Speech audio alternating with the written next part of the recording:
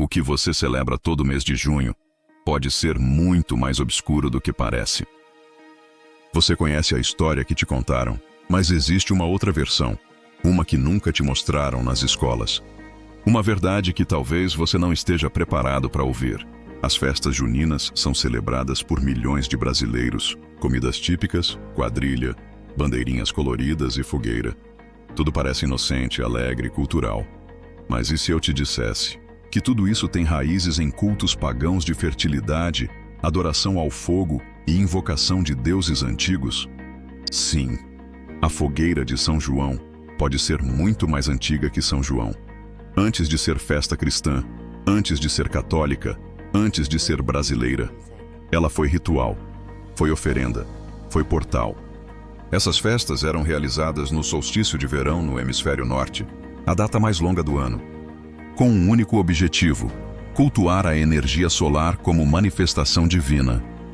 Era a celebração do poder do fogo, da vida na terra e da fertilidade dos campos. Nada a ver com milho cozido e casamento caipira, né? Mas quando o cristianismo começou a se espalhar, a igreja percebeu que não conseguiria apagar essas tradições pagãs. Então o que fizeram? Deram um novo nome para ela. Batizaram o que já existia. Nascia ali a festa de São João, uma adaptação estratégica.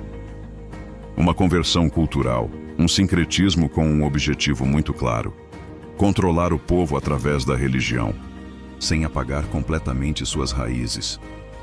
E agora eu te pergunto, será que você realmente sabe o que está celebrando? Por que dançamos em volta da fogueira? Por que o mês de junho? Por que tantas festas dedicadas a santos, justamente nessa época do ano? Tudo isso tem uma resposta, e ela está enterrada no passado. Nesse vídeo, você vai descobrir a verdadeira origem das festas juninas, o lado sombrio que poucos conhecem, a manipulação cultural que se perpetua há séculos, e a verdade que está bem diante dos seus olhos, disfarçada de balão, paçoca e bandeirinha. E o mais chocante de tudo, ainda hoje milhões continuam celebrando, sem nunca questionar o motivo. O que parece brincadeira pode ser parte de um pacto cultural muito mais profundo. A origem é pagã, a conversão foi estratégia, e a verdade está prestes a ser revelada. Para entender as festas juninas, precisamos voltar milênios no tempo. Antes do Brasil, antes do catolicismo, antes mesmo de Roma. Na antiga Europa, especialmente entre os celtas, a noite do solstício de verão era sagrada. Era o dia mais longo do ano, um portal entre mundos. O momento em que o sol atingia seu ponto máximo no céu. A fogueira era o símbolo central. Representava a vida, a proteção contra os espíritos malignos e fertilidade. Eles acreditavam que o fogo purificava. Queimar ervas, saltar sobre a fogueira, dançar em círculo, tudo fazia parte de um sistema de crenças que conectava o ser humano às forças da natureza. E aí vem a grande virada. Séculos depois, com a expansão do cristianismo, esses rituais começaram a ser combatidos. Mas não podiam ser extintos, estavam enraizados demais. A igreja percebeu que tentar destruir essas tradições seria inútil, então decidiu rebatizá-las. O que antes era o Festival do Sol, agora virou a Festa de um Santo. Surgem então as festas de São João, São Pedro e Santo Antônio, 3 santos católicos. 3 datas estrategicamente posicionadas no calendário litúrgico, mas com os mesmos elementos dos cultos antigos: fogueira, dança, celebração da fertilidade. A dança ao redor da fogueira permaneceu. Saltar por cima do fogo continuou. A festa noturna manteve-se intacta. O nome mudou, a intenção nem tanto. E quando os portugueses chegaram ao Brasil, trouxeram tudo isso junto, com força. As festas juninas viraram ferramenta de conversão. Um teatro espiritual para transformar os nativos em bons cristãos, mas usando símbolos que eles já entendiam.